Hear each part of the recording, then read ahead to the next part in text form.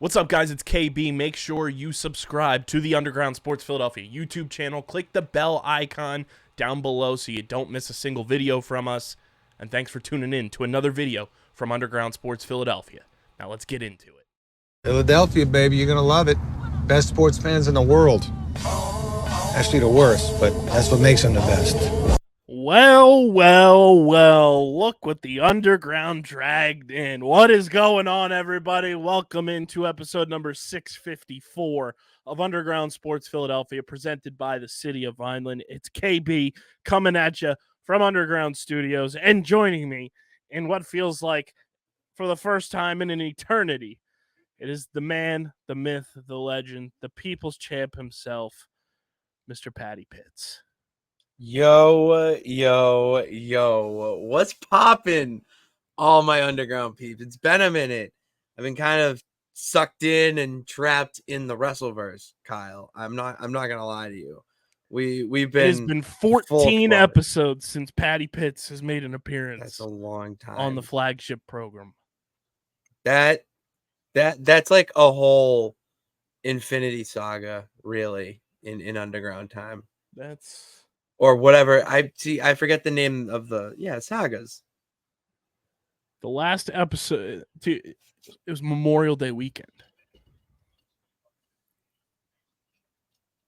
Interesting. We've gone two federal holidays since your last appearance.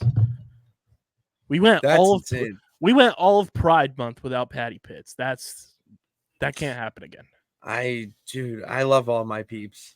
I should have been loving them down in the Underground. But Kyle, as I said, dude, wrestling is so back. Like, I've just been so immersed in that I've just been like not doing anything but watching, clips on YouTube of different accounts and stuff, and watching the products, and then obviously selling the fish over in Boston, which that's a whole other episode of a podcast. Well, that's the thing that Paddy Pitts didn't realize. I put a pod imposed ban to kind of just give ourselves a breathing moratorium, since your basketball team ended up winning a championship. Yes, they did. They were champions like me, Kyle.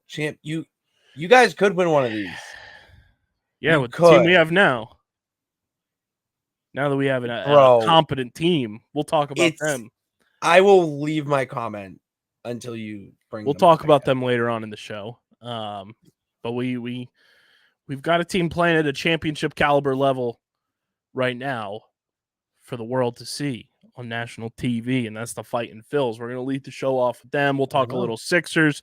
We'll talk a little Olympics, a little pre-Olympics, as USA men's basketball is scrimmaging against everybody. And, you want to talk about a little Olympics, USA men's soccer team finally listened to the people and got rid of the man running the squad. We'll talk about that. Plus, we got a nice little run it back segment since Paddy Pitts is back that we'll end the show with.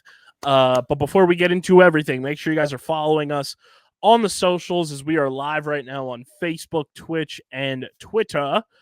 Follow us at Underground PHI. Across the board, we've been posting a shit ton on Threads, by the way. And we've been growing a lot on Threads. So shout out to all the new people following us over on Threads. Keep following us over there, because we've been live tweeting Phillies games every night. And that's been a metric ton of fun, interacting with just a new portion of our fan base, I would hope. So follow us across the socials at Underground PHI. Follow Pitsy on Twitter at Paddy_Pitts. That's PADDY. Follow me at KBIZZL311. Subscribe to the pod. Apple, Spotify, leave a 5-star rating and review. It goes a long way for helping the show continue to grow, helps more people find Underground Sports Philadelphia, and allows us to connect with new fans, new people, and get more people involved in the show.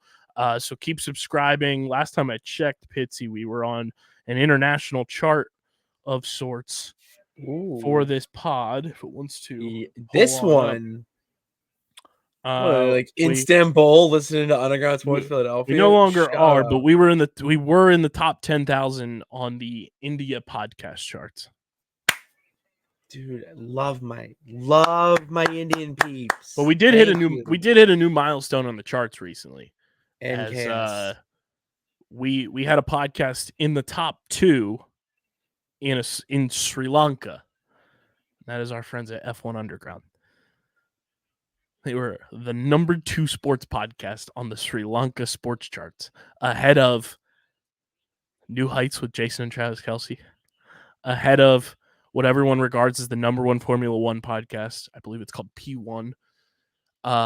And they were also ahead of the Bill Simmons podcast. That's insane. So shout out to Sri Lanka. And Streamer Season's holding it down on the TV review charts in Peru. They love us there. So keep subscribing. And of course, subscribe to the Underground Sports Philadelphia YouTube channel, youtube.com/@Underground Sports Philadelphia. Smash that like button, ring the bell icon, leave a comment down below your wish list for the Phillies at the trade deadline as that gets closer and closer to happening. As our boy, Sweet Baby Bohm, just hit a double off the wall. That's why Let's go. He's safe. That's what I'm talking about. So yes. Subscribe because Alec Boehm just hit a double. We're at 816 subscribers. Let's get to 900 before the end of the month, and then we're on that road to 1K. Let's make it happen. YouTube.com/@Underground Sports Philadelphia. And of course, guys, this show is presented by the City of Vineland. And the City of Vineland Municipal Calendar features city-organized, city-sponsored, and city-affiliated events that are of public interest. The calendar, which is accessible at vinelandcity.org, is a good way for residents and visitors to build awareness, remain engaged with city government, and participate in local events. You can also follow the City of Vineland on social media via their Facebook, Instagram, LinkedIn, and YouTube pages. And through these tools, you can stay connected to the community and get important announcements about programs and services offered by the city. Vineland, New Jersey, where it's always growing season. And big thank you to Security 21 Security Systems and Paul J. Gillespie Incorporated for their continued support of this podcast. Pitsy, the Phils. It's a beautiful thing. Since the last time you were on, they were the best team in baseball. And guess what? They're still the best team in baseball. And right now they're going for win number 60 on the season on national TV. They're doing the damn thing. And it is a joy to watch. Just want to say, since May 19th, the Boston Red Sox have been the best team statistically in baseball. However, they are crushing it. I mean, dude, that was a hell of a hit by Bohm. That's your starting third baseman for the National League All-Stars and your home run derby participant, Alec Raffy Bohm. Yeah. Yeah. We were talking about vines before we started recording. That's an all-timer. When the kid gets the basketball bounce. Yeah. Yeah. Yeah. Oh man. Oh, the glory. The Phils are crushing it. It's brought to you by our pals over at FOCO. You guys already know, though, FOCO, the leading distributors in your forever collectibles. Paddy Pitts still has that captain's hat. I see him wearing it on his streams. I got the overalls. You already know. The Jason Kelce bobblehead should be coming any day now that we ordered it back in March. Remember when we ordered that? Yeah, pre-order? Like now it's coming back to me. That pre-order, it should be coming soon. FOCO, they're the best. They are simply the best. They got the chef's aprons and the whole chef outfits for your grilling needs this summer. Go get those. You already know the velour tracksuits. We might have to make ourselves another bet on those this football season, Pitsy. And they got these awesome things, and I mentioned this on the last episode. I don't know if they have any for your sports teams in particular. I'll have to double check for you. But they have certain ones. They need to get Philadelphia on board with these. They've got neon signs, Pitsy.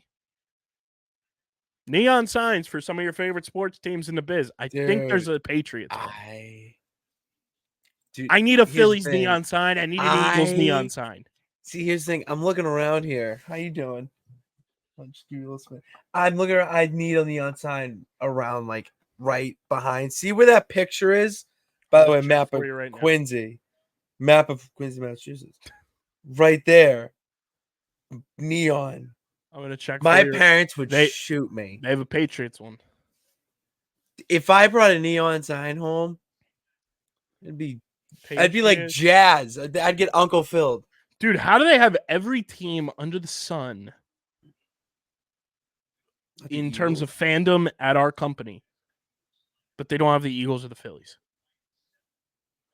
But you know what they do have?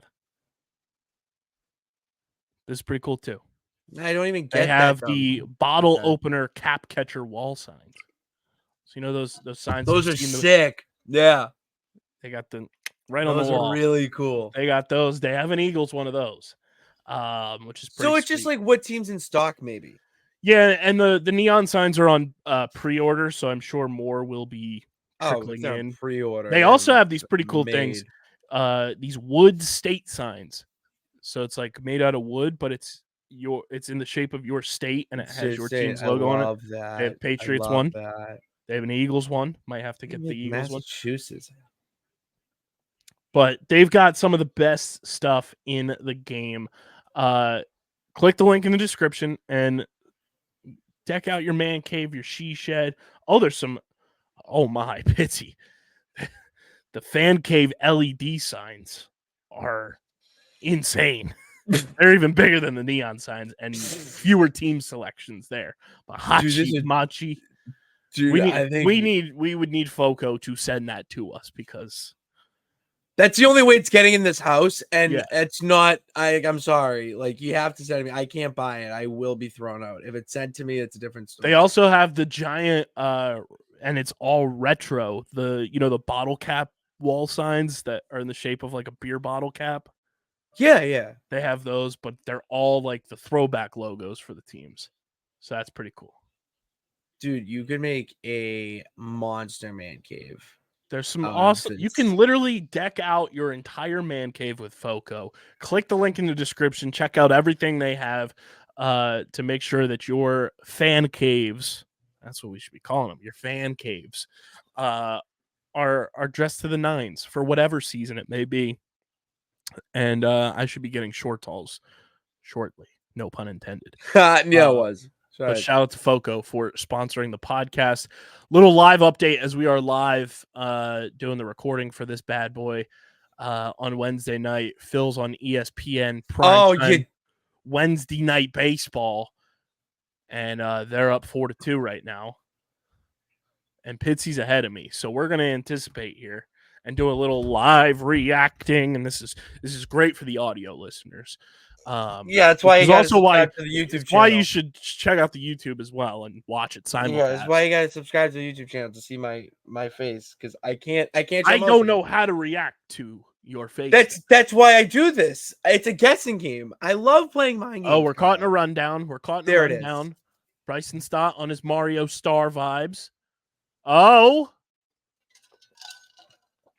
what a bonehead! Like, what are we doing? Come on, Bohm. You're better than that. What are we doing? It's fine. We're up 4-2. Have the lead. Have a chance to win a series against the Dodgers, who everyone's still saying is the favorite to win the National League, to win the World Series. I don't see it. I don't know how you can say that when the Phils have a better record than them. I don't see anyone. Oh, sorry. Go. It'll be nice to win this series if the Phillies can hold on and win this game tonight. I don't see how anyone can truly predict the World Series winner before not only the All-Star break but the trade deadline. Yeah, like, I think the trade deadline. All these teams are going to look so different by the end of July. That's what I'm saying. It's teams are making moves that are going to be making moves that are in spots where they're kind of being overlooked. Mm-hmm. So I just see them making. I see a lot of change happening. Yeah, I mean, the trade deadline. We're doing a trade deadline show here.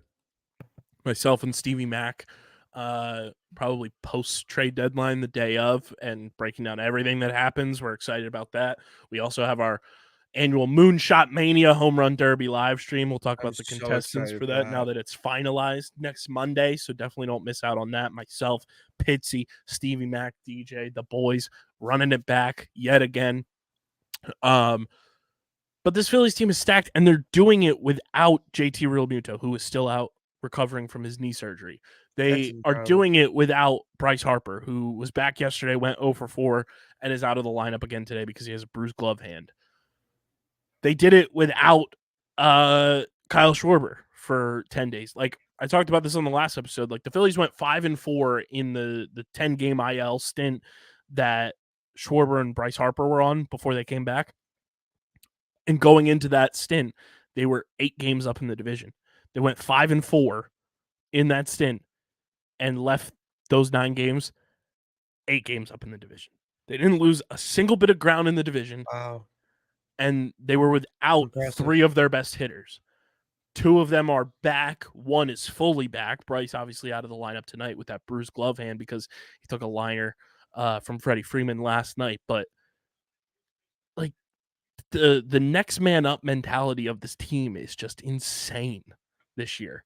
And we'll get into it later, but the Phillies, they're scoring runs. The pitching has been absurd.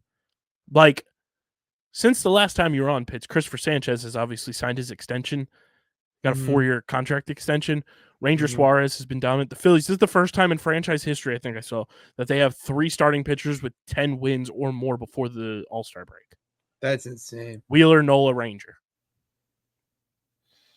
Their top 4 pitchers are in the top 10 in Cy Young odds on every sports book possible.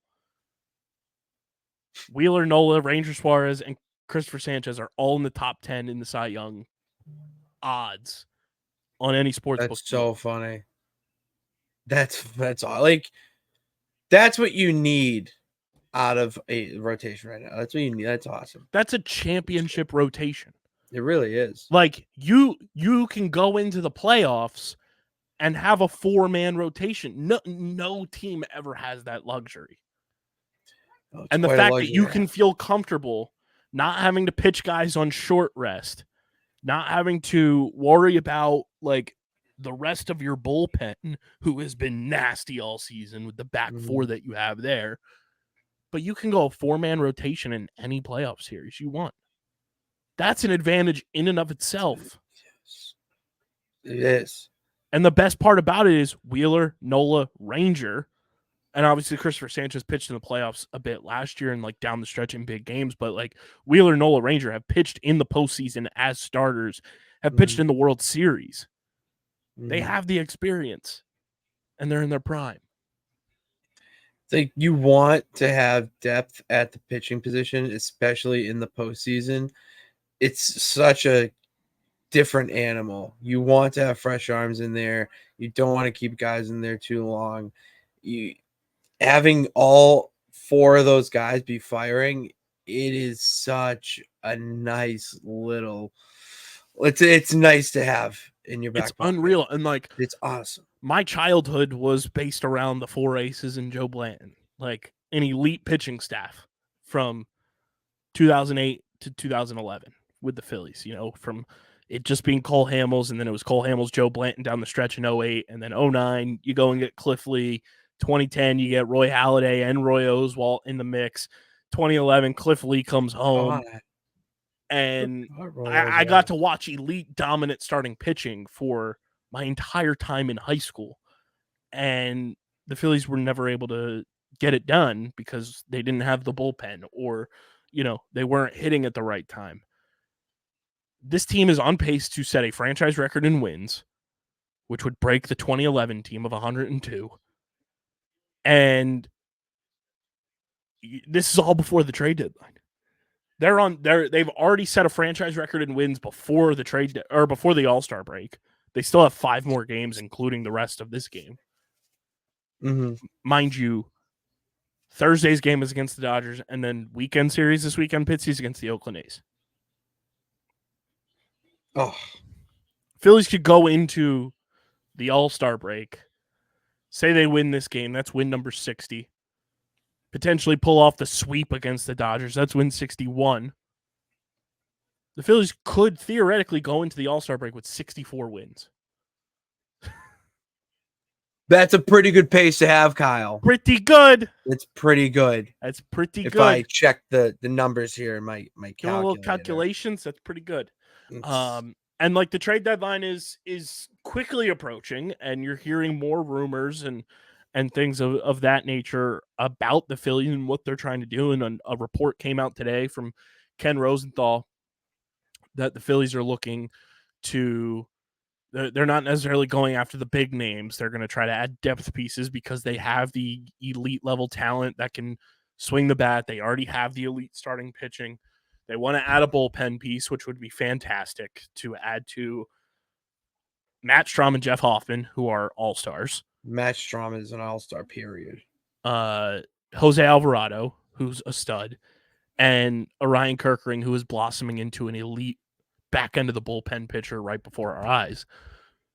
You add another lethal bullpen arm to that, along with guys like Sir Anthony Dominguez and Gregory Soto, who can throw 100 miles an hour at the whim, and you don't have to put them in high leverage situations to where they combust and cost you games.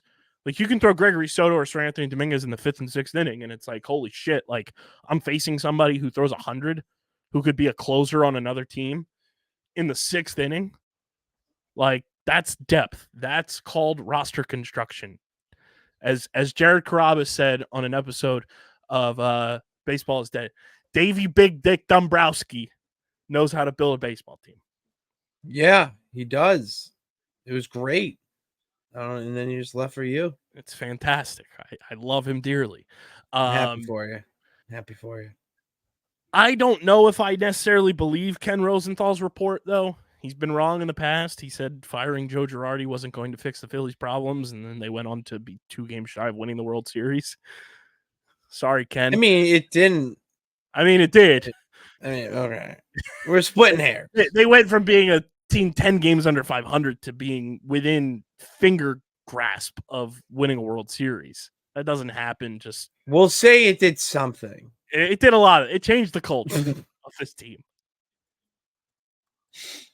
Mind you, it was DJ who saved the Phillies.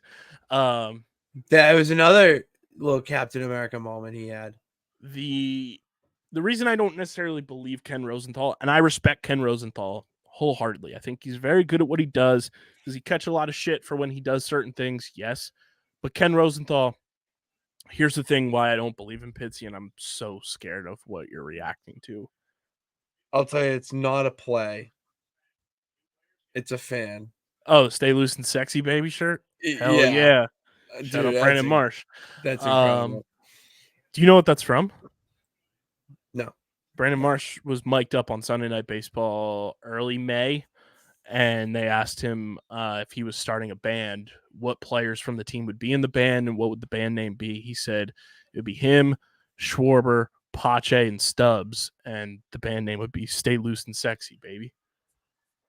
I have a shirt that's like Guns N' Roses, like the cross and then the skull faces, and it's all the players, and it says Stay Loose and Sexy. That's incredible. That's awesome. Here's why I don't necessarily believe Ken Rosenthal there. One, he's very tapped in with the baseball community and with so many front offices that he could kind of be blowing smoke for the sellers at the trade deadline and blowing smoke potentially for the Phillies to get people off the trail to think the Phillies aren't going to go and push a lot of their big chips in the middle of the table to make this roster even more lethal than it is. The other part is I can't remember the last time Ken Rosenthal broke news first about the Phillies and being like that tapped in with them. Mm-hmm. Normally when the Phillies have news coming out about rumors, signings, trades, it is one of 3 people, and I'll put them in this order. Number 1, and I'm glad he's back in the mix in the media doing things at PHLY, and he's doing a podcast with Todd Zielecki and Ruben Amaro Jr.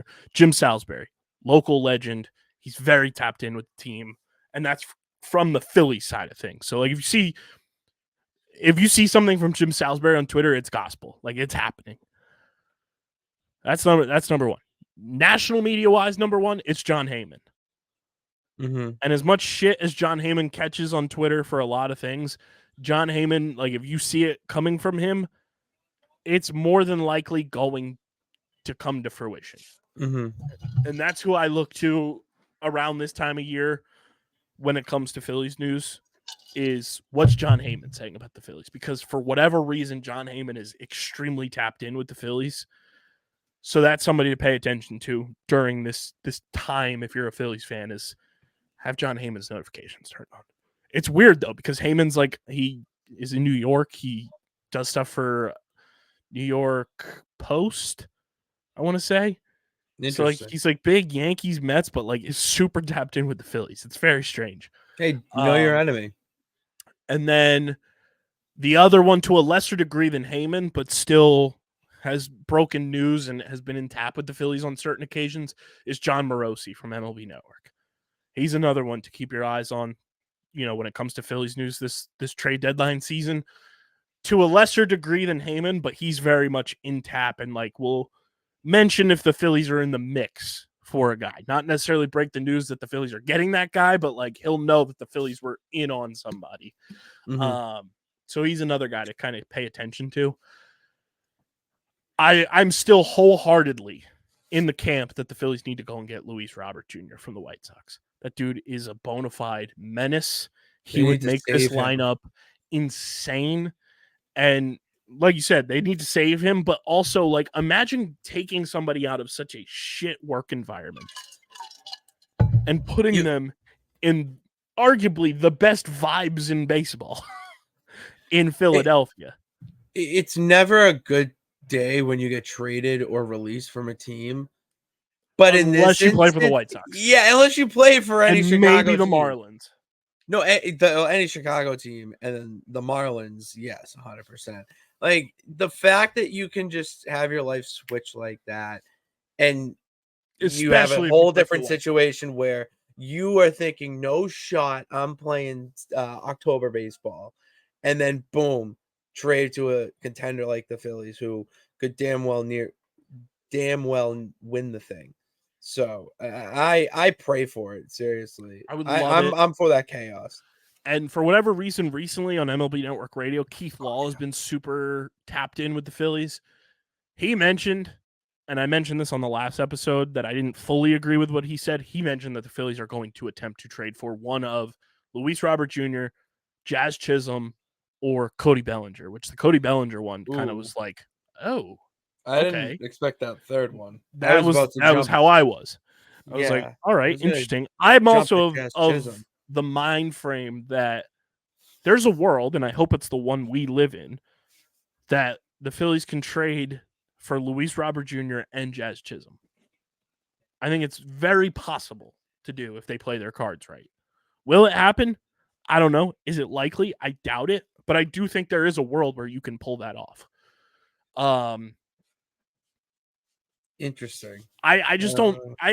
In a year like this, though, where the Phillies are the best team in baseball, record-wise, just play-wise, like they're playing extremely well. When you have pitching the way that this rotation and bullpen are pitching at the same time, when you have guys like Bohm, Turner, Harper that are all-stars, when you have Kyle Schwarber who can lead a team, when you have Brandon Marsh as a staple of your outfield, when you have a Bryson Stott, when you have JT Realmuto come back, who, if he didn't get injured, he's probably an all-star.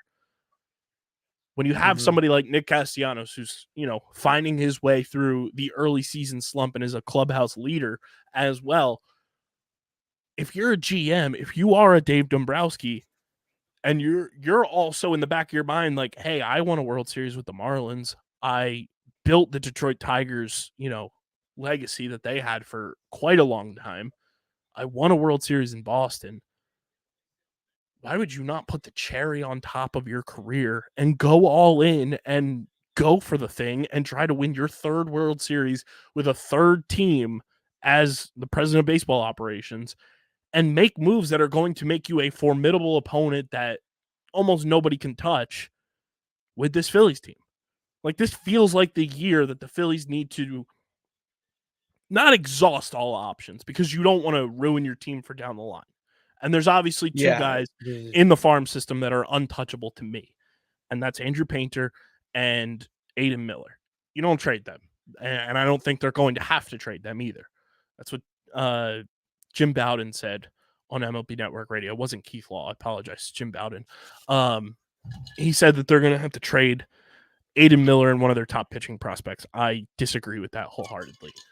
But there's other prospects in this Philly system that they've done a fantastic job at player development, great job at drafting, that are probably younger. They're blocked by certain veterans right now in the big league club that they're not going to get an opportunity to play for the team in their expected time frame to get called up and be of service to this team. Why not cash in for a Luis Robert Jr.? Why not go and cash in for another, big back of the bullpen piece? Why not go and cash in for another starting pitcher to add to this rotation when Taijuan Walker's been battling quote-unquote injury? Hasn't been great this year. Turnbull's probably out until about late August, September with his injury. Go and solidify your number 5 spot in the rotation and make this team a juggernaut the rest of the way. I totally agree. There's no reason not to, especially with the past few years, what's happened. Why would you cookie cutter this deadline when the team is this good? There's no reason to. There's no reason. I don't get it myself. And I'll tell you how good they are in just a minute, but today was an awesome day as we record this on Wednesday. Milestone moment for me and our company. I was a media member on a Phillies press conference. Let's go. Clap it up. Clap it up. Let's go. There we go. Wild time. I was sitting here and I logged on. It was a Zoom press conference, so I logged onto the Zoom probably a half hour early just to have it up on the computer screen and everything. And I log onto the Zoom. Dude, I double taked by the people that were already in there with their setup and stuff. I was in a Zoom press conference with the assistant general manager, head of amateur scouting, Brian Barber today, who is a godsend for this Phillies team.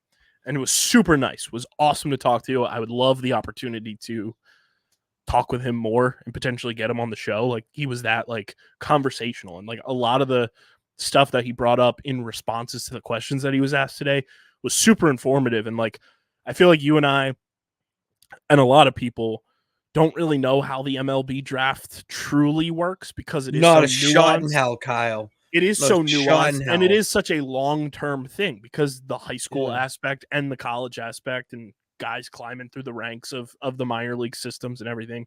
So it's a longer process than, say, the NBA draft or the NFL draft. But Brian Barber was awesome. Absolute joy to talk to. But I log onto the Zoom, Pitsy, and up in the top frame where you see everybody on the grid, already in there. Fox 29, local Fox station here. MLB Network. CBS 3. All the big TV networks. All the big national level stuff. And I log in for the actual press conference, and Todd Zalecki is in there, who is the Phillies beat writer for MLB.com and one of my idols in terms of Phillies coverage. He is the best. He's in there. Scott Lauber, who covers the Phillies for the Inquirer, he spent some time in Boston covering the Red Sox at the Globe for a little bit too. He's in there. Associated Press is in there. That weirdo freak Howard Eskin was in there. I don't know why he was allowed in there. You've seen what happened with him, right? It's been a while since I've been in the underground, Kyle. Okay, we'll talk about that in a little bit because I haven't talked about it on the show either. Okay. We'll talk about that in a little bit. He's in there. Shouldn't have been in there, but that's just me. And a few other big name. I'm scrolling through. There's 4 pages worth of people in this Zoom call. I was like, holy shit. So I'm in the Zoom. Yo, chat. Kevin Gregg, who is running the Zoom for the Phillies, he works for the Phillies. He was awesome, a delight. Has, lays out the rules for the Zoom and everything. Todd Zalecki asks his questions, which I was like, yes, that makes sense. He's the big dog. Scott Lauber asks his questions. The reporter from the Associated Press, I apologize, I don't remember his name. He asked a question. Todd Zalecki asks a couple more questions.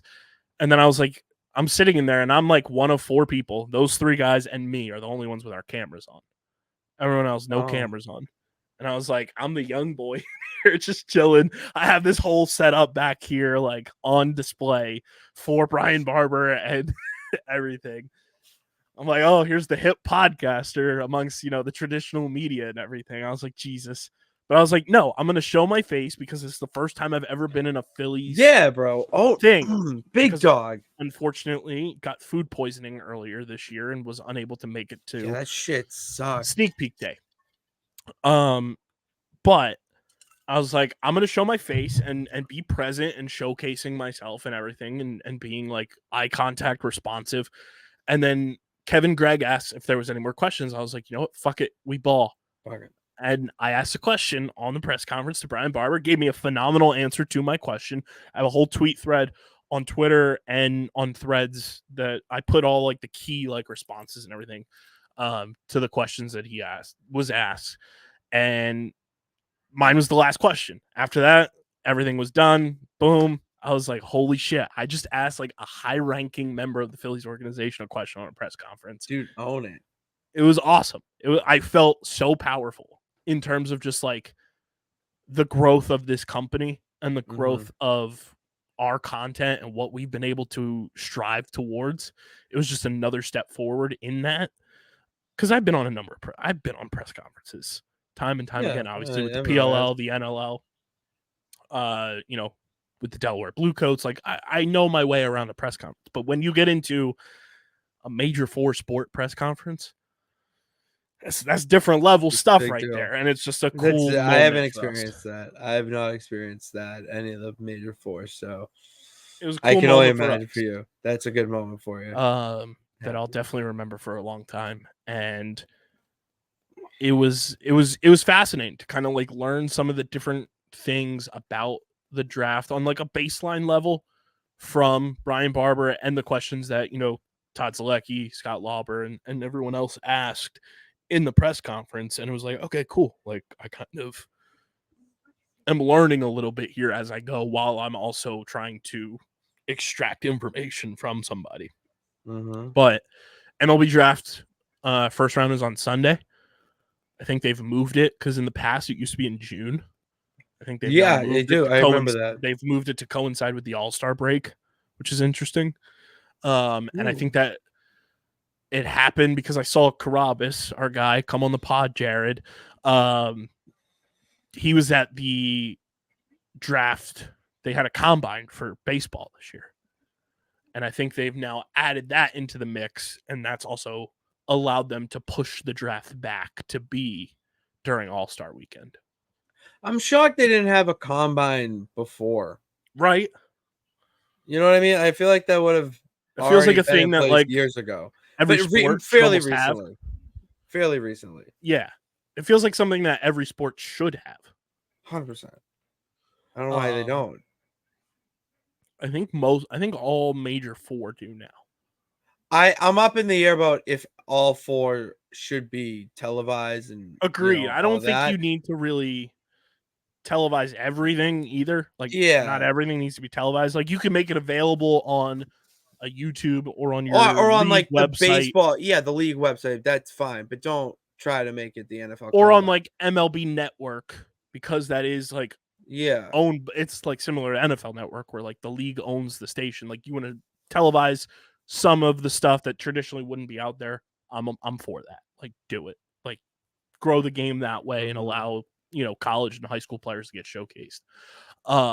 But it was fascinating. I mean, I'm intrigued to see who the Phillies end up drafting in the first round, and I loved one of the partial responses that Brian Barber gave. He said, every year we're hoping to draft 30th because that means we won the World Series. That's a hell of a response. I was like, that's the way I want my guy who's in charge of amateur scouting to approach everything. Wants to be and it was cool too, like, because baseball is so different and there's no like real set draft board, because there is like the signing slots and everything that go in with baseball and the high school and college aspect. He was talking about how like, the Phillies are drafting 27th this year. You're not necessarily going to get your 27th ranked player on your board at the spot you draft, because guys will fall, guys will go earlier.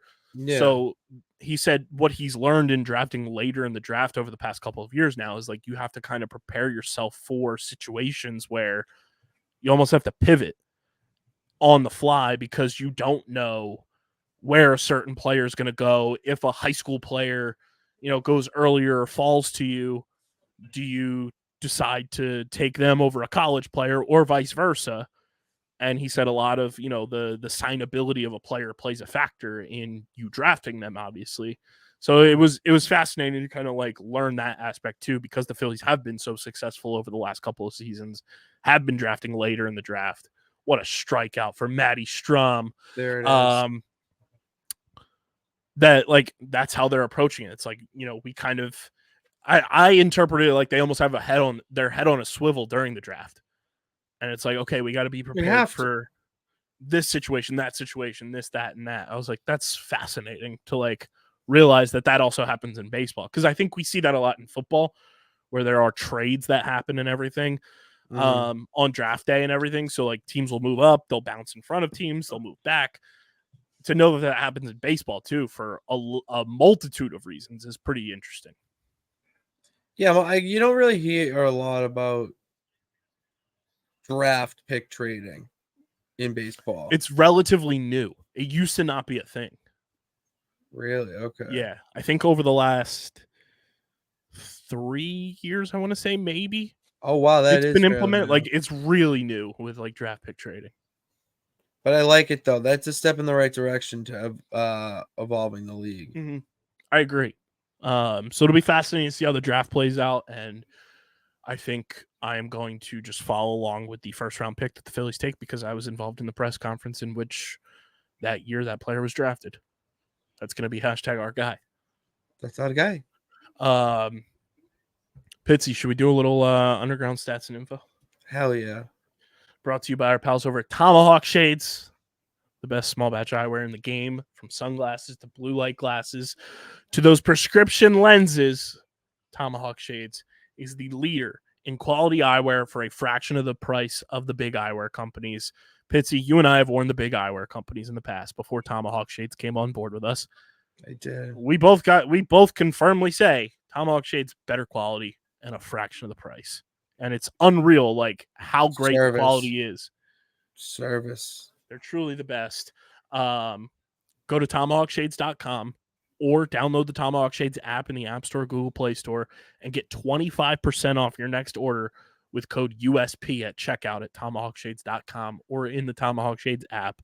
That's code USP for 25% off your next purchase from Tomahawk Shades of sunglasses, blue light glasses, prescription lenses at tomahawkshades.com or in the Tomahawk Shades app with code USP. That's 25% off an already fraction of the price product. It's crazy. They're the best. Shout out to Tomahawk Shades. Pitsy, it's been a while since we've updated you on run differentials, and run differentials are just popping up everywhere. Everyone has been normalizing them. It's great to watch. It's great to see. I saw it on the broadcast tonight before we hopped on. They were talking about run differentials. I was like, we normalized this shit back in 2021. Don't forget it. So here we go. Your National League East is where we always start. And the first place, Philadelphia Phillies at 59-32. Jesus. Pitsy, I'm going to give you the amount of runs the Fightins have scored this season, which I'll preface it. They're slowly but surely catching the Dodgers for the most in the National League, and I believe most in baseball is not far behind. Dodgers have scored 7 more runs, not including tonight's game, than the Phillies. Right. Phillies have scored 452 runs this year so far. What do you have their run differential at? I'm saying fuck it. I'm going plus 200. Oh, slowly but surely we'll get there, but not quite that high. But I will give you this. I will give you this. Phillies have the best run differential in baseball. Is it in the triple digits? It is in the trips. 111. So close. Plus 118. Oh, interesting. They are the only team in baseball Close. with a triple-digit run differential. Only team in baseball. Interesting. Best What a run differential in stash on baseball. that dude. This is what we have strived for years, is the Phillies to be leading the league in run differential, and they are doing that and have done that for quite some time this season, which is just That's beautiful incredible. to see. Plus 118. Then we go to the second place Atlanta Braves, who are 7.5 games back of the Fighting Phils in the division at 51-39. They've scored 390 runs this year. What do you have their run differential at? We go plus 88. Plus 64. They've given up 326 to their 390 scored. Oh, what's their pitching? What's their pitching? Terrible. Outside of your boy Chris Sale. Dude, my theory. I'm right again. Yeah, the Atlanta Braves Foundation did some voodoo magic on him. No, American League pitchers, once you go to the NL, you play better.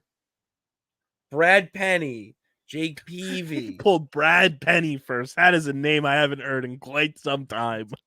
Kyle, I am the captain of all things nonsensical, and don't Brad you dare Penny. forget What it. a pull. Good by Jake you. Peavy. There's another one, but now Chris Sale. Pedro Martinez. He's my king. I will never say I cannot say he pitched good in both leagues. He's the anomaly. Because he's a fucking goat. That's the why. Properties of his mind are an enigma. Yes, dude. Watch that man throw a circle change. It'll blow your mind. We're on the same.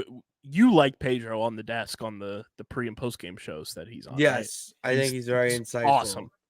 He's very insightful, and he adds a little bit of personality too. Big agree.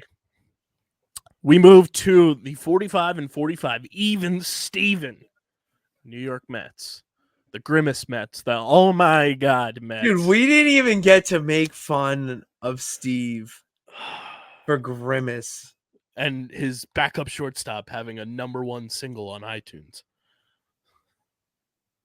that he performed on the field after a win. Yeah. 45 and 45. Meet the Mets. They've scored 433 runs this year. They gotta be in like the. All right, I was so off of 40. Now I'll say this: I've given you a hint with their record being 43 or 45 and 45. This is even. They are even Steven across the board. 45 wins, 45 losses, 433 runs scored, 433 runs against, a goose egg in the run differential. Oh like my god! I can't. I don't have words to just explain how I feel about this goddamn franchise. God, they're just. I want to like them too. That's the problem, but they just make me just. Oh, they're so no. Of course, they're even Steven, and it took Grimace to will them to victory. Like a McDonald's side character. Side. Now I'll say This. Character. I enjoy Grimace. I think he is an elite character without the Mets. Elite side character. Yeah. Hamburglar is Robble. Yeah, I'm just saying McDonald's were open for sponsorship over here. I would eat so many Big Macs on stream. Not Big Mac mukbang.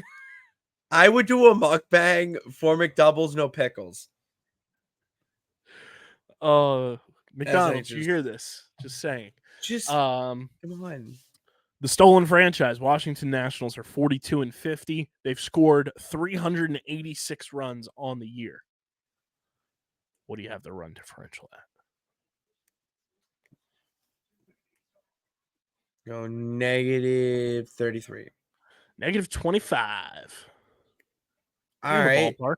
I'm in the ballpark, just in the bleachers. Then we go to the silliest franchise in baseball, the Miami Marlins. God fucking damn it. Who are the inverse of the Phillies. They are 32 and 59. Worst run differential in the league? No, they don't. Not a chance. We still have a lot of teams to go before we get there. Not worst. It's bad. The second worst in the National League. All right, I'll go negative 45. They wish. Try negative 135. Oh, see, that was what I wanted to ask. Was this one also like because they're Oh, yeah. They have given up a division high 454 runs on the year. They've given up more runs than the Phillies have scored. By 2. That's tough. That's tough out here.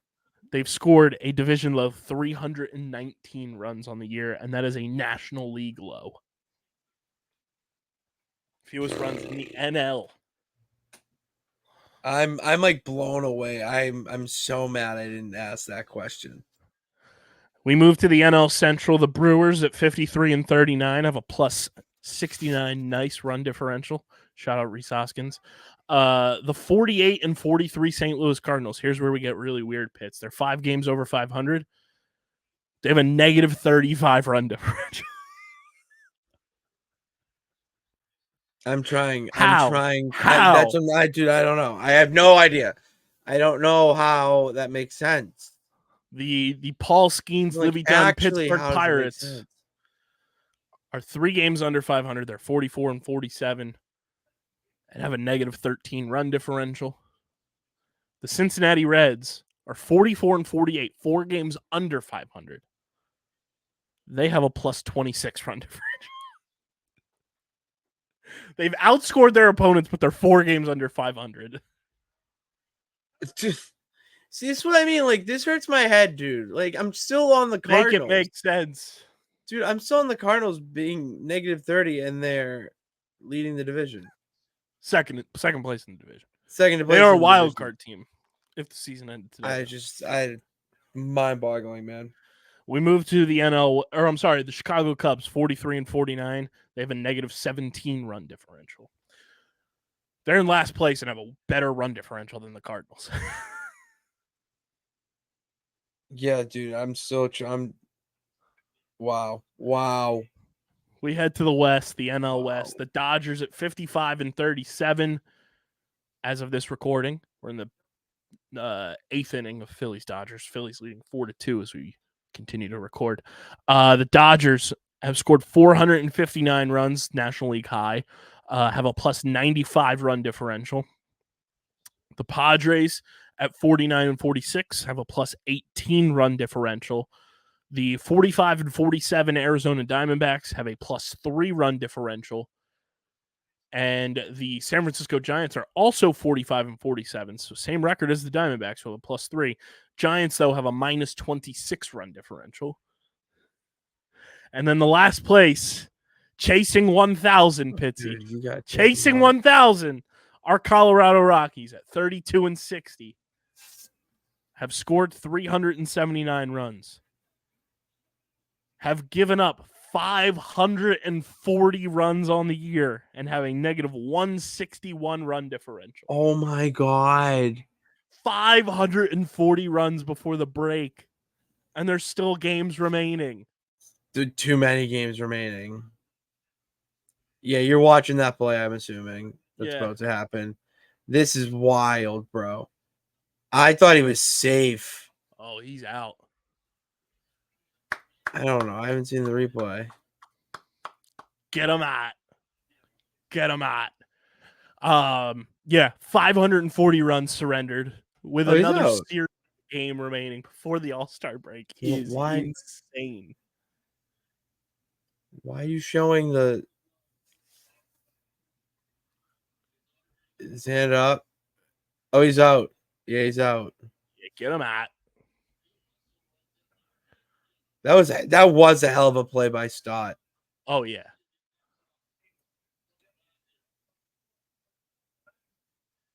Yeah. Yeah. Get out of the way. I love this enthusiasm.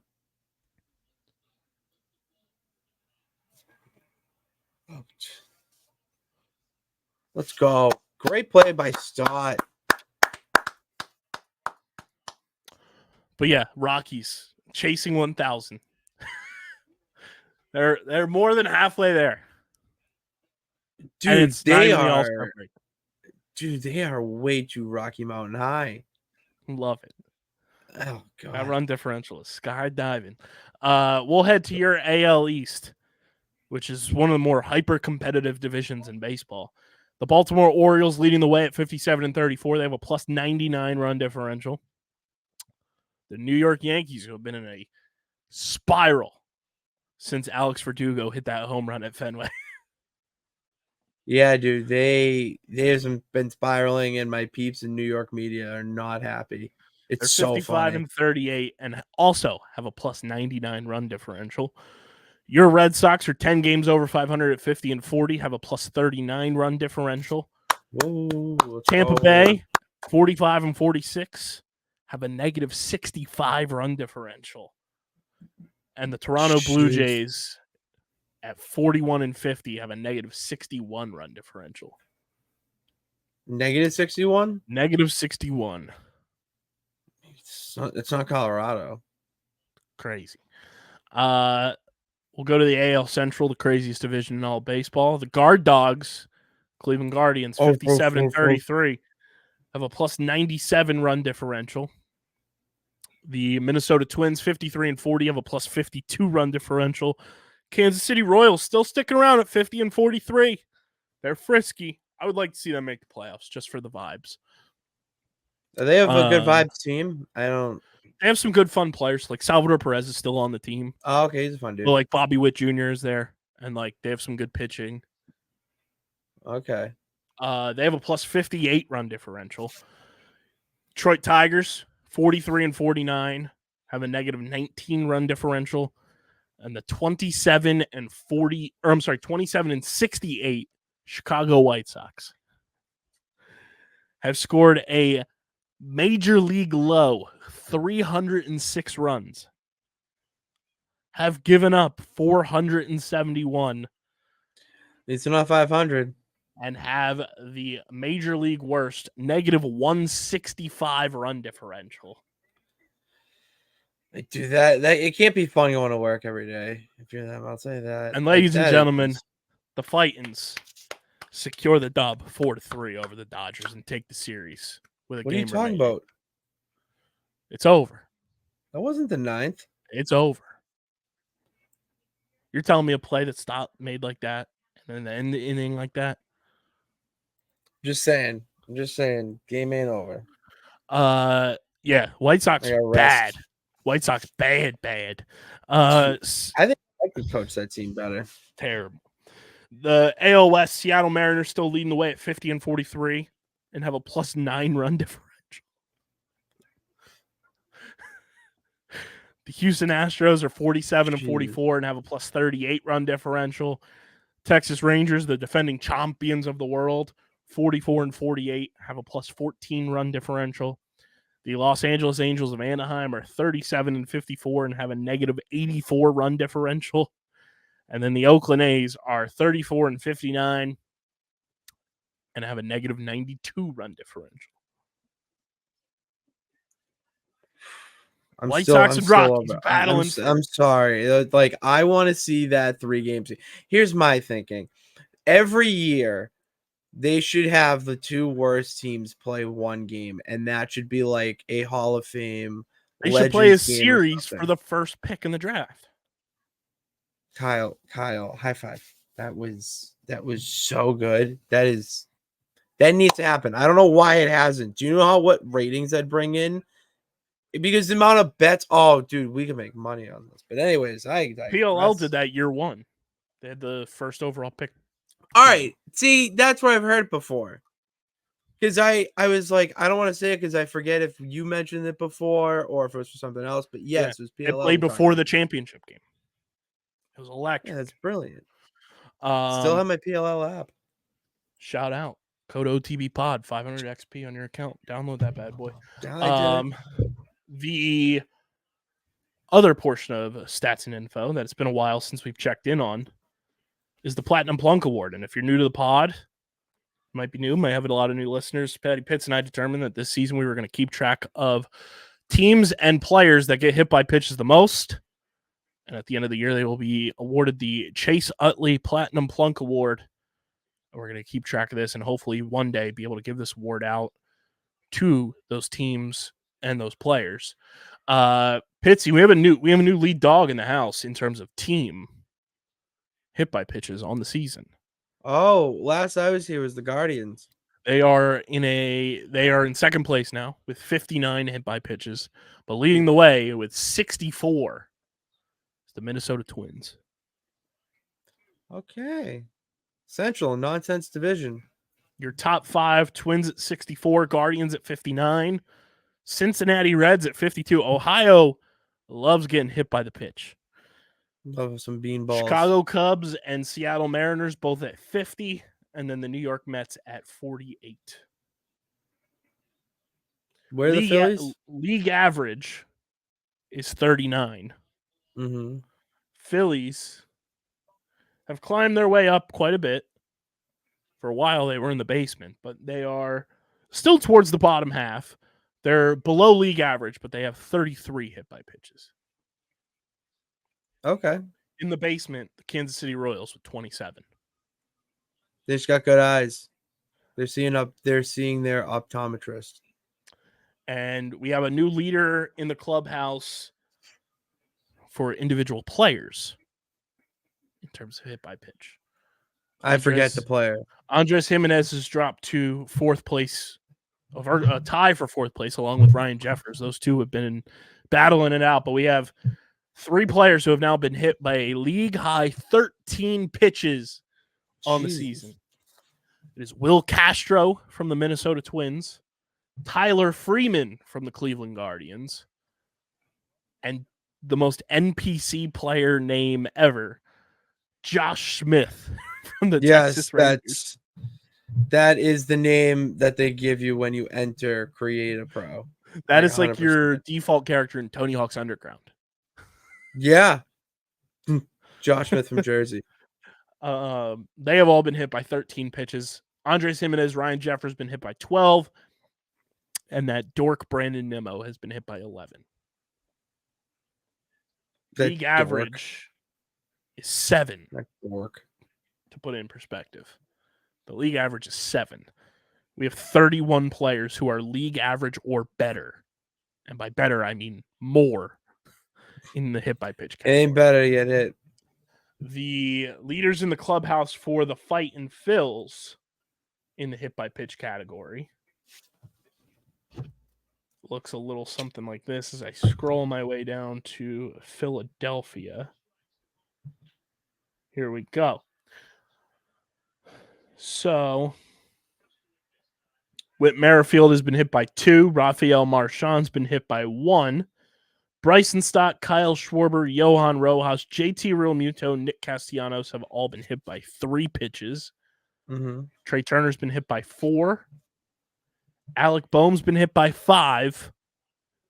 And your lead dog, Philly, the bitches love him, Edmundo Sosa has been hit by 6 pitches. These pitches love Sosa. These pitches love Sosa. Yeah, put it on these pitches love Sosa, bro. Dude, you gotta have a shirt with pitches love Sosa, and it's just the back of his jersey with him. If he wins the Platinum Plunk Award for the Phillies, we will make that shirt for sure. All right, I got ideas for that shirt. I got ideas up the wazoo. These pitches love Sosa. I'm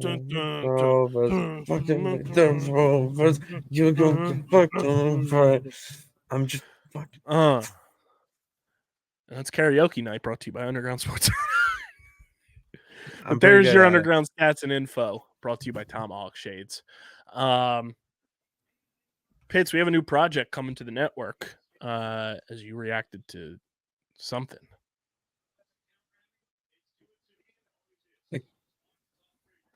Yeah, I have a 2-2 count on my screen. Yeah, dude, I'm seeing an ad for Matt Damon's new movie. So fantastic! So that means the inning is over. Matt Damon, Casey Affleck, brother, ew. that catch is weird. Yeah, contortionist. Of course, it's Chris Taylor. He's fucking 90 years old, and he's just a defensive vacuum. We have a new project coming to the network. plotting and scheming some of the details for when episodes will be rolling out soon. But Light the Flame, an Olympics podcast. Nope, that's Sunday Night Football. That's Dun, dun, dun, dun, dun, dun, dun, dun, dun, dun, dun, dun. Dun, dun, dun, dun, dun, dun, dun, dun. dude. They all sound the same to Boom, me. boom, ba-dum, boom, Bum, boom, bum, bum, bum, bum, boom, bum, boom, bum, boom, bum, boom, boom, bum, bum, ba-da-dum, boom, bum, ba-dum, bum, bum, ba-da-dum, boom, bum, bum, boom. bum. Light the Flame, an Olympics podcast coming to you from Underground Sports Philadelphia, where all of your favorite Underground Sports Philadelphia personalities are going to come together, banter about, discuss, and break down the 2024 Paris Olympic Games and beyond. We're just getting started with Paris. We're not finishing with Paris. It'll be a every 2 years thing because we'll do summer, winter, everything, and keep it pushing. But very excited for this. It'll be me. You'll hear from Pitsy, DJ, Stevie Mac, Ben, Casey, Owen, Christian, guests along the way. It's going to be a lot of fun. It's going to be a very fun group project where everyone contributes, unlike your group projects in high school and college that nobody enjoyed. This is going to be an enjoyable one, and I'm very excited for it. And this is the first time you've gotten to speak your mind about it outside of your initial Instagram post when we made the announcement. How excited are you for Olympics coverage? I'm excited to watch random ass sports when I come home from work and just talk about them because the Olympics is one time in a for a few years where you see sports that people are training for however long, like their entire lives, and it's just something you've never seen before, but they do it so swiftly, like with ease. You know what I mean? Like it's an art form come to life, and when it's done with athletics, like I'm amused by it. Like even the shit like badminton, like I'd sit there and watch badminton for an hour or two. I don't know anything about it, but it's entertaining as hell. Dude, we're getting canoe slalom. See, like what the fuck is that? Like think ski slalom, like when they're going through the gates and everything skiing, but it's going to be in a canoe. Canoeing? I can't wait for it. Dude, that you're just yelling. That's so patriotic. To just It's gonna be badass. It's gonna be like George Washington crossing the Delaware. That's the most American thing you can do, man. It's gonna be That's great. fucking canoeing. But Light the Flame, an Olympics podcast presented by Underground Sports Philadelphia, available on Apple Podcasts and Spotify right now. Go subscribe so you don't miss out on any of the content coming to that feed, and it'll also be available on our YouTube channel in video form. So gear up. The Olympic Games coming to the Underground very, very soon. Speaking of which, Pitsy, Team USA basketball, Joel Embiid, part of Team USA, going back to his roots, wearing number 11, my guy. Your boy Derek White just got added to the roster because Kawhi Leonard is not going to be playing with Team USA. Showing up. Me ain't fucking showing up. I'm not going to be there. Did he really go to a strip club afterwards, or was that just like a meme? I think that was just a meme. Okay. I can't picture Kawhi in a strip club whatsoever. See, I could, but in the exact way that he was doing this, the memes have been incredible, as they always are on NBA Twitter. God.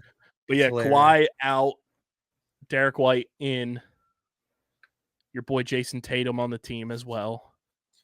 Yeah, no, just the best player in the NBA. Your boy Jason Tatum, though, with a little bit of a sussy quote. Somebody asked him. What'd he say? Somebody asked him who would win head-to-head, Team USA, comprised of the best basketball players on the planet, or the Celtics team that just won the title. He said, I'm rocking with the guys that I just spent 10 months to win a title with. It's Celtics. Yeah, dude. Anybody. It was the I'm sorry.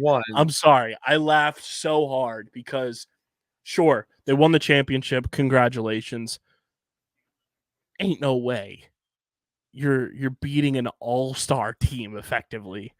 I mean, in a best of 7 series that features LeBron, Steph, KD, Joel Embiid, Anthony Edwards. I'm trying to think of it. Tyrese Halliburton is on the squad. Cooper Flag. Cooper Flag's playing on the select team that's just scrimmaging against them. He's not even Oh, on the that's team. what it is. Oh, Yeah. I'm upset. Like, I just keep seeing tweets about him. I'm just like clicking these videos, dude, just money. It's just a select team. That they're But still, scrimmaging against. it was a corporate and like it was a loyal team answer. Like Yeah, I for have sure. nothing It just wrong gave with me it. it gave me a good chuckle to But be like, still, at the same 'cause time, you like know he I would doesn't like to believe see it. that. I disagree. yeah, you're right. Jason Tatum does believe that. He's got And that mama he's already mentality. pushing the Kobe Bryant agenda. Oh, Yes, I'm wearing number 10 because Kobe's my idol. I'm so Zero. sick of the Tatum, He's not. Kobe, Oh, in the everything. Olympics. It just drives me crazy. It's like, Why? can we not? Can we not? Like, Why? you're not Kobe. I'm sorry. Yeah, but you can be what Kobe embodied was that mama mentality, dude. It's He just was, dude. too much. That's what he was an absolute dog. I'm sorry. It's just too much. I love When it. I Tatum was love it. texting Kobe's phone before the finals, and R.I.P. Kobe. Like, what are we doing, pal? Dude, it's different world. It's a different world, man. It's insane. But yeah, Team USA basketball. Excited for that. Did you see was it the 3-on-3 basketball? Did you see who's on that team for Team USA? Is it Caitlin Clark? No, but somebody said to replace Kawhi with Caitlin Clark and just ensue chaos. I don't see why not, dude. That would be the greatest That'd be publicity awesome. stunt in sports history. That would fucking rule. She hits 1-3. It's over. It's over. The 3-on-3 team. Jimmer Fredette is playing for Team USA. Get the fuck out of here. Jimmer Fredette, nothing but net. Jimmer. It's Jimmer range. Oh my god. Yeah, he's on Team USA for the 3-on-3. No way. So funny.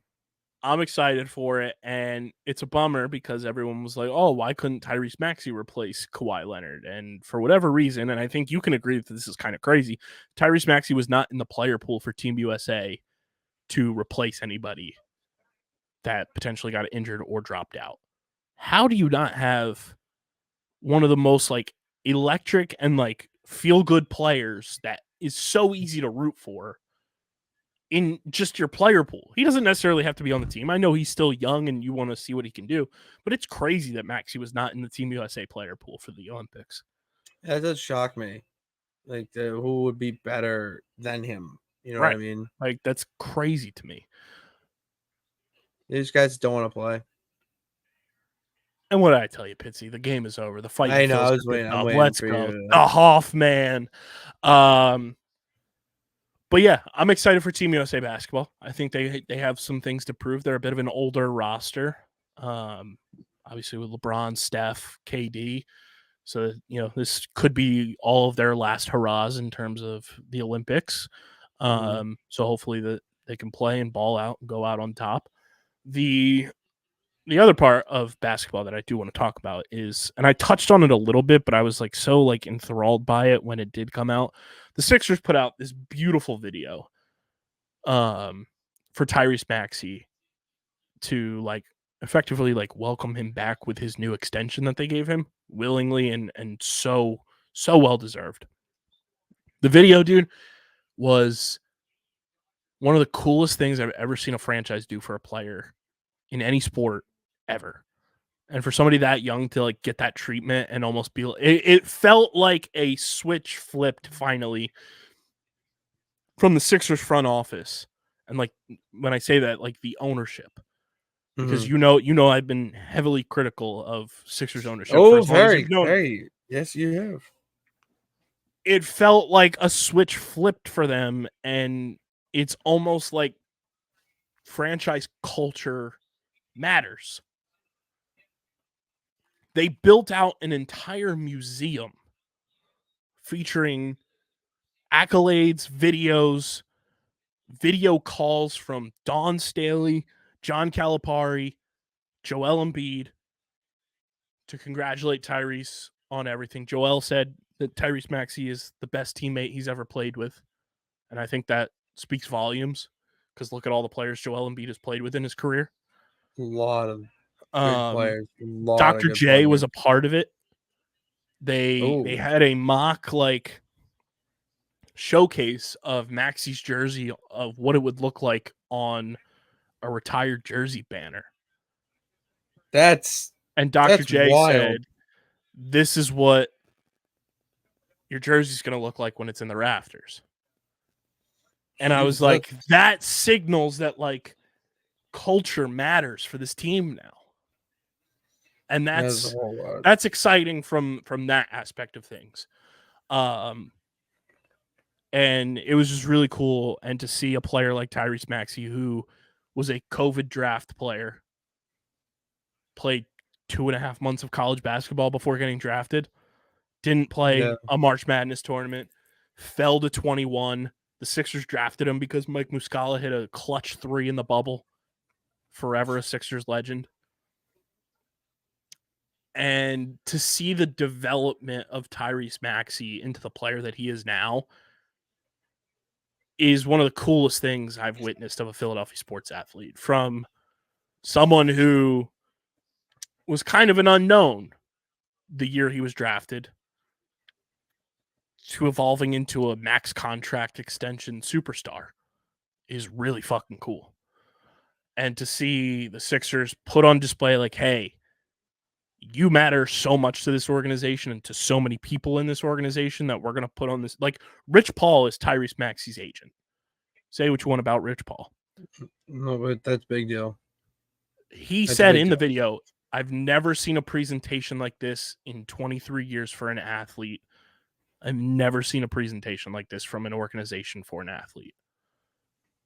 That says something when that's coming from the mouth of the agent of LeBron James.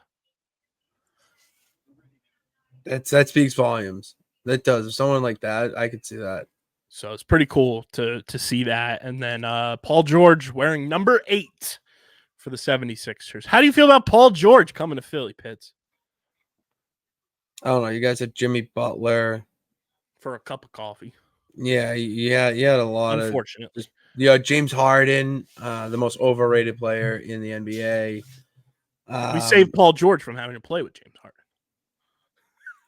I mean, in a nutshell, like, good for you. I don't care, because the Celtics are still the best team, and the Sixers are going to do what they do every year, and that's not even make it to the second round. I have no faith, Kyle, in your Sixers. Okay? I wouldn't say I have faith, but I do feel as good as I possibly can about this offseason so far for the Sixers than I have felt in any year that we've done this podcast. Because not only did you get Paul George, who I think is still a very talented player at his age, and he doesn't have to worry about being the guy for the first time in his career. Yeah. Indiana, he had to be the guy. The Clippers, he had to be the guy because Kawhi Leonard was not playing. Shocker. And James Harden, like you said. I digress. Paul George is now like the number 3 option on this team. He doesn't have to be the number 1 superstar. And if you put Paul George on this team last year, you beat the Knicks because he's scoring more points in Game 7 against the Knicks than Tobias Harris did. Bomb ass. And I talked about this on the last episode too, because it hit me like a ton of bricks. Because there was a tweet from the Rights to Ricky Sanchez that said, this is going to be the first season that Joel Embiid plays NBA basketball without Jahlil Okafor or Tobias Harris as a teammate. That is tough. It's tough having a career with those two as your teammates. To which then my brain started churning, Pitts. This coming NBA season will be the first season we podcast without Jahlil Okafor or Tobias Harris being on the Sixers roster. That's what I'm saying. Maybe big things are popping for all of us. This is the first time that we don't have to worry about either of them. Jahlil Okafor is a blaze from pace. Okafor was on the first year of the pod team, and then ever since then it was Tobias Harris. He crushed it in my player. He was one of my go-to guys, but it didn't translate over to reality, I guess. Terrible. God, with those numbers. I'm very optimistic in just the moves because, like I said, not only Paul George, but you also brought in Andre Drummond again, who in his career has been the best backup big man Joel Embiid has ever had. I love Drummond. You brought in Eric Gordon, savvy veteran off the bench, can still play at a pretty high level. Kelly Oubre is back. Candidate to make this the most handsome team in the NBA.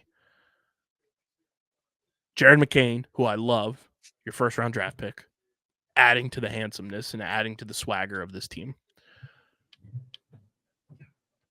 Who am I forgetting that they also signed? Kelly Oubre, Paul George, Andre Drummond. Who else did the Sixers sign this offseason? I have no idea. I'm definitely forgetting somebody. Oh,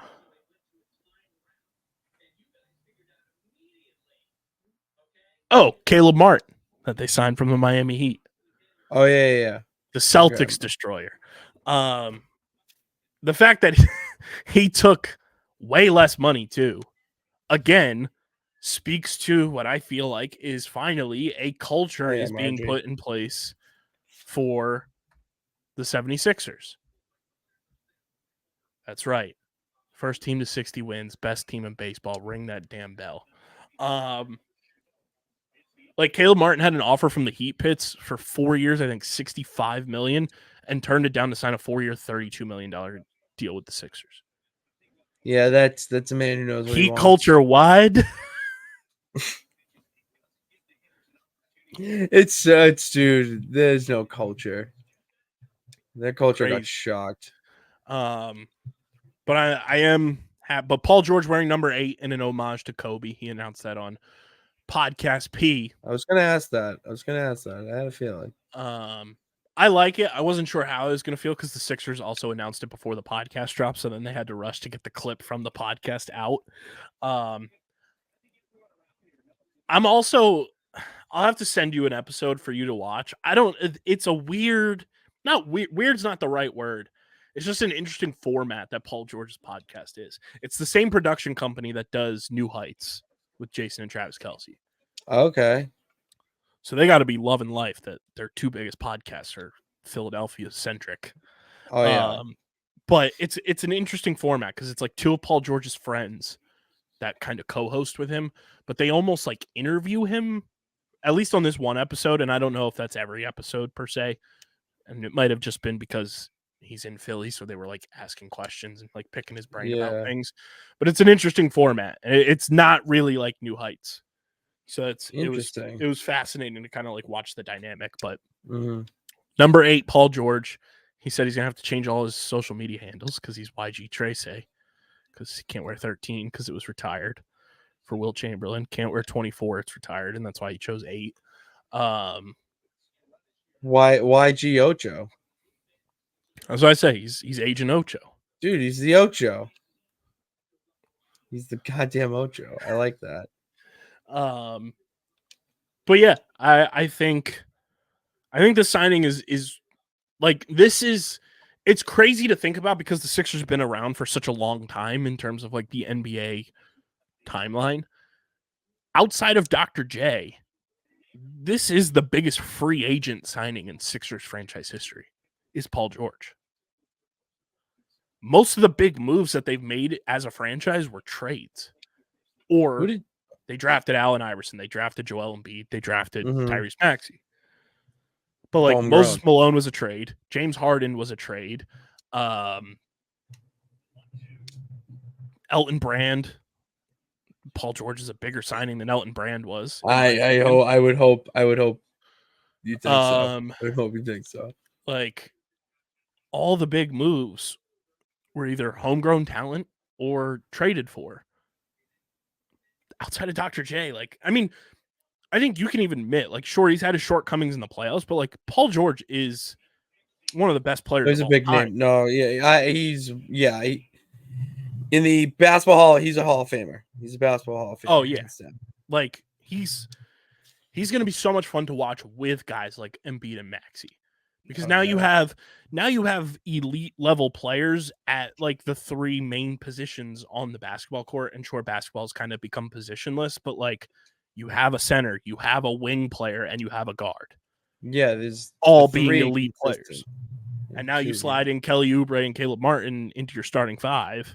That's a damn good starting 5, if you ask me. Very good starting five. Like that can go toe to toe with a lot of and most teams in the Mhm. NBA. And it's going to be exciting when the Sixers play the Celtics, and it's going to be exciting when the Sixers play the Knicks. And, you know, it was very funny how the Knicks thought they won the offseason and won it for 4 days after they gave up 6 first-round draft picks for my guy, Mikal Bridges. And then we signed Paul George. Like, just It's so comedy. funny. It's just a shit show over there in New York. It's so great. But yeah, I'm excited about Paul George, and we'll see how it shakes out. But I'm not saying I have confidence because they have to prove it to us. But I do feel like a renewed sense of like this team finally has like a culture about them. And it was showcased in that Maxi video, showcased in going and getting Paul George, having Dr. J at Paul George's house for the sales pitch to sign That's with a the really Sixers. cool moment. You know, Paul George in the photo wearing an Allen Iverson t-shirt. Like, it feels like he off the rip gets it, and that's exciting. So we'll see. And like, you know, they're doing a giveaway this weekend at the Phillies game on Sunday, and it's a Nick Castellanos basketball jersey, and all the guys were wearing it. And Nick put a big old piece of tape and wrote George over the tape on the back of the jersey because that's a Philly Nick wears guy. number 8. Yeah. So that was pretty cool. But yeah, I'm excited about that. And what I'm also excited about is Team USA Soccer finally realizing they needed to cut dead weight, and they're going to be energized by it. And guess what, Pitsy? This portion of the podcast is brought to you by our new partner, Duracell Portable Power Stations. That's incredible. You haven't been on the show since we've been advertising them. I haven't. What was your initial reaction to the announcement that a product of Duracell batteries is partnered up with us? I actually was like, no fucking way. I inaudibly I read it and just went, no fucking way. Because Duracell, it's a big ass name. It's the number one battery brand. That's a good sign. But yes, this portion of today's episode is brought to you by our new partner, Duracell Portable Power Stations, from the number one trusted battery brand. Duracell Portable Power Stations and charging hubs allow you to power your laptops, mobile devices, lights, speakers, and any small electronics that may make your life easier during a power outage or while you're away from a wall outlet. Dude, I can't wait to get just like the desktop version of this because it's going to clean up so much of like my wireless charging that I need, and to have it on the road. It fits in a backpack. And the coolest part about it, the portable ones that are award winning that I'll get to, they're in the shape of a Duracell battery. See, that's marketing at its genius. finest. And once we get our portable power hub, like the generator version, like our live shows are going to be powered by Duracell. Like that's incredible. That's insane. No, that's insane. So click the link in the description and check out the Duracell Portable Power Stations, including their 2024 Red Dot Award-winning M150 and M250 models, and untether your device charging from the wall and power the possibilities with Duracell Portable Power Stations. Gregg Berhalter, he's at Team USA's head coach for the USA men's national soccer team, has been let go, and it's about fucking time, Pitsy. I know you're not the biggest soccer head, and I'm very casual with it. Yeah. But Gregg Berhalter, to put it in football terms for you, put it in NFL terms for you, this is like the Chargers firing Brandon Staley. Wow. That's I get it. Like, I understand now. This is like the Commanders moving on from Ron Rivera. Oh, that's sad though. I don't want to see Riverboat Ron go. This is Fuck like Brandon Staley. This is like the Packers moving on from Mike McCarthy. Oh, okay. But most know it's like the Chargers move. Like the Team USA has talent equivalent to what the Chargers have, but they had the wrong guy in place. Like they were playing in the Copa America, which is a big tournament. Typically, Team USA is not in it, but they get the auto bid because they're hosting the World Cup in 2026. So it's kind of like a marketing thing to boost that up and talk about like the host. They're the first host city, and it was being hosted in the U.S. This is happening at the Chiefs Stadium. first host city to be bounced out before the knockout stage finished. That's insane. Terrible. And during that game against an inferior opponent that they should have beaten, Gregg Berhalter is on the sideline holding up his pointer fingers because the other game that was going on was tied. And if they went to a draw and Team USA went to a draw, they would move on via aggregate. Yeah. Not even 30 seconds later, the team, I forget what Team USA was playing against, so I apologize to everybody listening. They go and score on Team USA and we lose 1-0, and then we're eliminated. He took his eye off the ball. Took his eye off the ball, was more worried about playing for a tie. That's a loser mentality. It is a loser mentality. He's been in a bitch fit war with one of our best players and did not play him in the World Cup for anywhere close to the amount of time he should have been playing him, because Berhalter and this player's dad hate each other. So it was to spite his dad. It was petty bullshit. Politics shit. And I am so happy he's out. And I don't care what it takes. Team USA, whoever's in charge, you need to get all the funding together and give Jurgen Klopp all the dollar bills.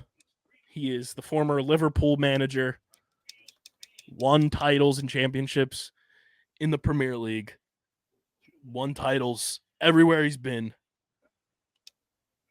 Give him whatever, give him a blank check. Let him fill it out. Let him coach this team. I've heard that name. If I've heard that name, that means he's pretty good. Jurgen Klopp is a damn fucking good coach. Jurgen was what I remember. And I know mostly about him because of, obviously, Matt's being a Liverpool fan and rooting for Liverpool, and he's one of their greatest managers, if not their greatest manager in club history. Team USA needs Jurgen Klopp because he'll get the most out of this talented. This is the most talented core of players that Team USA has had in our lifetime. Mm-hmm. World Cup on U.S. soil in 2026. Get a guy who can take this team far. Imagine if USA won the World Cup. Klopp or bust. That would be insane. I need it. I need Jurgen Klopp to be running Team USA. Because then I know we have a standard for putting the best product out there. Yeah. And that's what we have failed to do. Team USA's whole, this era has just been about beating, Mexico. And sure, it's great to beat your rival, but this has been the worst Mexican national team run in Mexican national team history. Yeah. So, of course, you're going to beat them. And it's just I'm glad he's out. I'm glad, the politicking will be done from that aspect of things. And hopefully we can get Jurgen Klopp in the mix and be the guy. And then Team USA can really start cooking with the talent that they have and not let it go to waste. Exactly. Last bit here with Pitsy being back, we got to do a Brink Bonk Bump, and it's brought to you by our pals over at Kenwood Beer, the official beer partner of Underground Sports Philadelphia. It's a refreshing light beer, just 4.1% ABV, only 120 calories, just 8 grams of carbs. You can go to kenwoodbeer.com and use the Kenny Finder to see who's got Kenwood Beer on tap in the Pennsylvania, New Jersey, Maryland, and Delaware areas. You can also get it at your local liquor stores in those markets. Also, if you're going to the Mann Center in Philadelphia this summer for concert shows, whatever it may be, you can get Tall Boy Kenny's at the Mann all season long. It's kenwoodbeer.com. Got to be 21 or older to do so. And, of course, please drink responsibly and check out their storefront. Awesome pint glasses, great apparel. Shout out to Kenwood Beer. Pitsy, Brink Bonk Bump, one of our favorite segments. I love this segment. Bobby Brink's got a new contract. Oliver Bonk's getting praise for his development. We got to do a Brink Bonk Bump in celebration of the boys. My Brink, backing up the Brinks truck, the money. It's the Tyrese Maxey Museum. How can it not be? It was fantastic. Job well done. My Brink goes to the Sixers and the Maxey Museum. Joe Hendry showed up on NXT last night. That's not even, nothing else compares to it. We have wrestling promotions just going through forbidden doors. I'm all in on it. That's my Brink, hands down. My bonk. And I told you at the top of the show, I was not going to inform you on what this was until this segment for a very good reason. So Michael Kopech, White Sox pitcher, I think he's a former Red Sox prospect. He was part of Chris Sale trade, maybe. Pitcher for the White Sox, could be traded at this trade deadline. Today, he had an immaculate inning in the 9th inning of the White Sox game 1 of their doubleheader. Mm-hmm. It's the 117th immaculate inning in Major League Baseball history. It's the 8th in a 3-out save. I lied. There is a little bit of Philly ties to this because the last time a White Sox pitcher did this was back in August of 1923 against the Philadelphia Athletics. Oh. So he is the first White Sox pitcher to throw an immaculate inning since August 22nd, 1923 against the Philadelphia Athletics, which happened in the 12th inning. That player that did it for the White Sox Pitts, you know how we love old baseball names at this company. It's one of my favorite pastimes. First by a White Sox pitcher since Sloppy Thurston. Get the fuck out of here. Dude. Old Sloppy Thurston. That's so horny. That man was a scallywag. I'm pulling up his baseball reference page. Yeah, dude, like I gotta see how long this guy played. Dude, like Sloppy. These names are just straight out of a cartoon. Sloppy was his nickname. His full legal name was Hollis John Thurston. Hollis. You don't hear a lot of Hollises anymore. He's from Fremont, Nebraska. Yep. Sloppy Thurston, bro. Dude, excuse you on that. Oh my god. I gotta see why his nickname was we Slop. gotta find it. But did he like get in the slop with the pigs like all the time? He just said Nebraska. I'm thinking outside the box here. Yeah, there's no.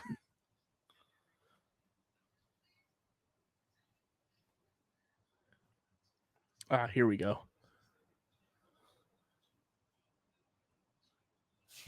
So it's saying it's one of those reverse meaning nicknames. Thurston was tagged with the nickname Sloppy due to the fact that he was well groomed.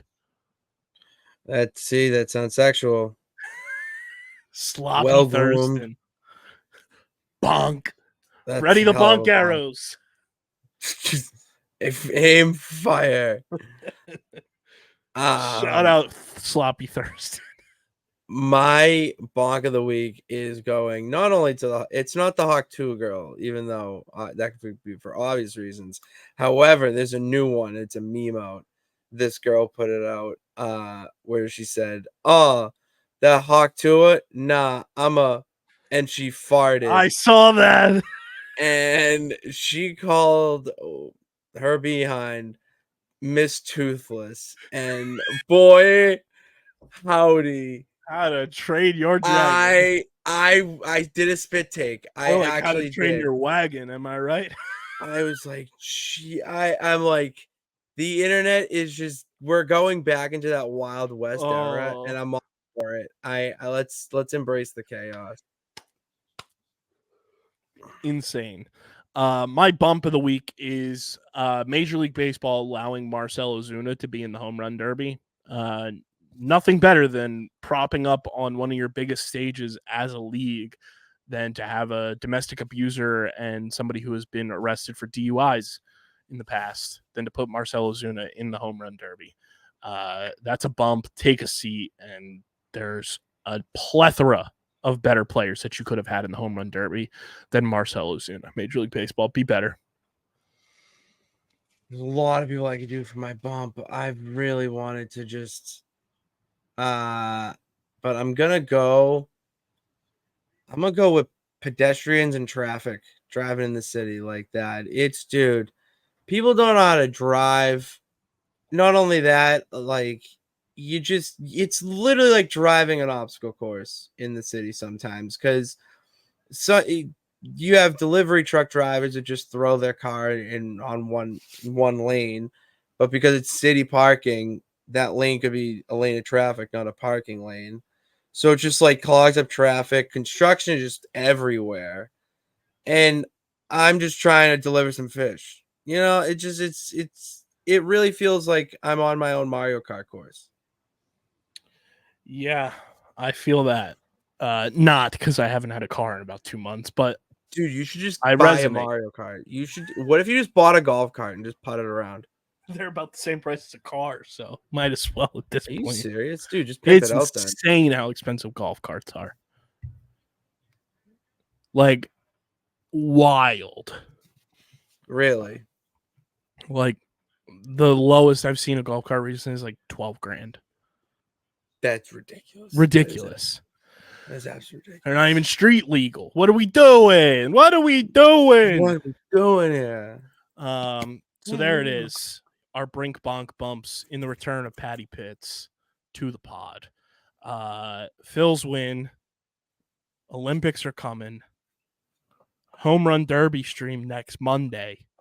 Gear up. Moonshot Mania makes a return. What is this, our 4th Moonshot Mania? That's crazy. A whole presidency's worth. We're pretty electoral. 4 Moonshot Manias. We've got me versus Steve once again because it's Bohm versus Pete Alonso. Going for the giant home run derby swag chain. It's going to be a fun derby, though. They're changing the rules a little bit, too. So it's going to be fun. I'm excited for it. Definitely tune into that next Monday night. It's going to be a doozy of a time. Make sure you guys are following us on the socials at Underground PHI across the board. Twitter, Instagram, TikTok, Threads, LinkedIn. Check us out on there. Follow Pitsy on Twitter and Instagram at Patty_Pitts. Follow me at KBIZZL311 and KBIZZLE11.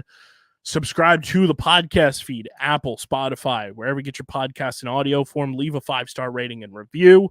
Goes a long way for helping us hit new milestones, helps the show continue to grow, and allows us to do more dope stuff with and for you guys. Subscribe to the Underground Sports Philadelphia YouTube channel. Smash that like button. Ring the bell icon. Leave a comment down below on your thoughts on everything Pitsy and I touched on tonight's episode. We're at 816 subscribers as of this recording. Let's get to 900 before the end of the month. We have about 21 days to do it. Let's make it happen. Get your merch from our awesome merch partners, PHI Apparel Company. Stand out in the crowd, whether you're going to Citizens Bank Park, hanging out at home, going out to the bars with your people. Rep Underground Sports Philadelphia with the official merch partner of our podcast network, PHI Apparel Company. Go to phiapparel.co. Use code Underground for 10% off your next merch order. When you get your merch, tag us in it. We'll repost it everywhere. That's phiapparel.co and get 10% off your next merch order with code Underground from our awesome merch partners. And of course, this show is presented by the City of Vineland. And whether you're a company looking to expand, relocate, or you're a new business startup, selecting the right location is critical to your success. Vineland, New Jersey offers both an affordable business location and an excellent quality of life. The city's economic development department is a one-stop source for moving your project through the development and approval process. And their goal is to make this process as smooth as possible and to provide the fastest turnaround times in the region. If you're considering potential locations for your operation, contact the Vineland Economic Development Team at 856-794-4100. That's 856-794-4100.